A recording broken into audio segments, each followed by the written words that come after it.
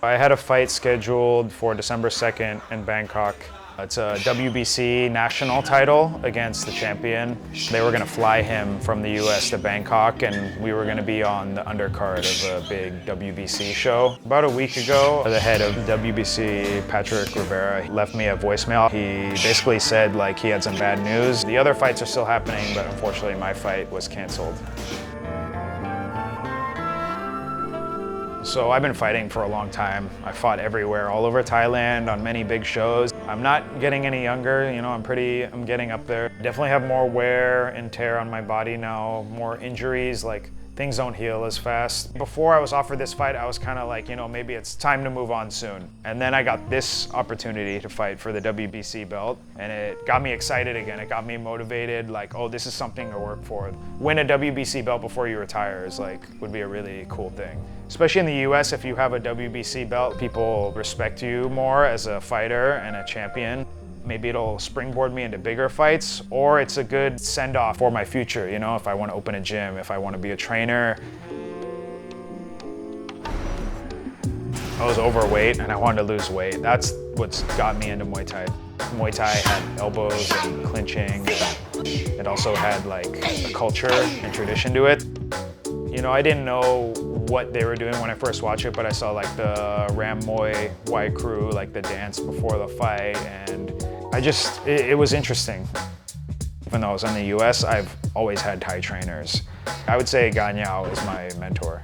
He not just taught me Muay Thai and how to fight, he taught me like how to teach, how to corner, how to coach. I think around 24, I had my first like actual fight. My first amateur fight, I didn't even want to call myself a fighter. I just wanted to like try it. I actually lost my first fight, so I was like, well, I have to win a fight at least. And then I won my next fight, and I'm like, wow, this is a really great feeling, you know? So it kind of kept snowballing. And I think probably around the first amateur title I won, I was kind of like, okay, I'm a fighter. This is who I am. This is what I want to do with my life. Now it doesn't seem like that big of an accomplishment because it's just an amateur title and I've done so much. But at that time, it was a really big deal for me. So, you know, that'll always be a career highlight, even though I've done much bigger things. I just had some friends at Phuket Sing, and they were, yeah, just come check it out, you know? They pretty much got me a fight right away, and like I clicked with the trainer, so I just stayed. My first fight was, it was at a small stadium, but this was at that COVID time, so it was the only stadium that was open, so everyone was trying to fight there. And he was a really good opponent too, like he fought all over Thailand before, and I was just like, oh, like what am I getting myself into? I never got cut before, and I got cut. I was dripping blood everywhere. Like they were gonna stop it if I didn't do something fast. And so I just went for it. In some ways, maybe I got lucky, but I knocked him out. So that was just a really great moment. It was my first fight with the gym. I think at least showed them like, oh, Andrew has heart. He's gonna try. So maybe we can build him something bigger. In the past 4 years, I've fought over 50 times. In the US, I fought over 20. It's mainly been the last 4 years I've just gone 100%. I didn't know how much longer I was gonna be fighting, so I just wanted to give it my all. Some people, even my friends, they say like, oh, Andrew's crazy. I'll fight 1 week and then I'll be fighting again the next week. It's not that weird for someone who's like living in Thailand, especially the Thais, like they have 300 fights, some of them. They fight all the time too. If you're in the fight world, if you're older, they're like, oh, you old man, old woman, you know, like, you know, the sport's built around younger fighters. So a lot of people in the US are starting fighting in their 20s, whereas here they're starting when they're like 5, 6, 8 years old.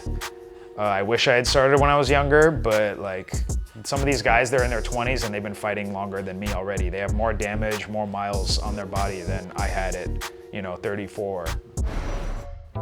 Being here, it became my job, my income too. Like in the US, I was always working another job. Here, it's also a necessity. Like I have to keep fighting. So I wouldn't say I'm addicted, but it's pretty necessary for me.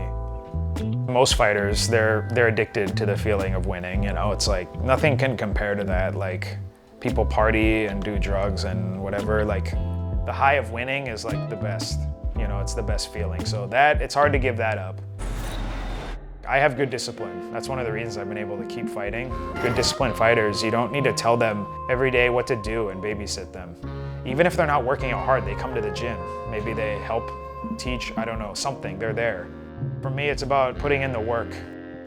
Gained a lot of experience, and now like I'm using it, you know, for my fight career, for life, for everything.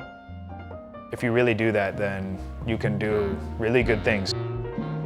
Like I never thought I would fight as much as I did and done what I've done, but I am proud of what I've done. There's a little bit of disappointment, but that's the fight game. Unfortunately, like things aren't fair. Things don't always work out perfectly. I have a lot of people that reach out to me and they tell me like I've inspired them, or they look up to me, like what I've done, and like that means a lot to me. If they're proud, then like I'm happy with what I've done, you know.